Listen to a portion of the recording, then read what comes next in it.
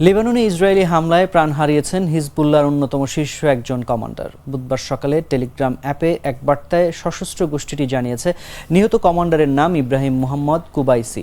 এর আগে ইসরায়েলি সামরিক বাহিনী দাবি করেছিল, বৈরুতেই দক্ষিণে ঘোবেইরি শহরতলিতে এক বিমান হামলায় কুবাইসিকে হত্যা করা হয়েছে। ইসরায়েলি কর্মকর্তারা বলেছেন, ইব্রাহিম মোহাম্মদ কুবাইসি হিজবুল্লাহর বেশ কয়েকটি ক্ষেপণাস্ত্র রকেট ইউনিটের নেতৃত্বে ছিলেন। 2000 সালে 3 জন ইসরায়েলি সৈন্যকে অপহরণ করে হত্যার ঘটনাও তার হাত ছিল বলে দাবি করে ইসরায়েল।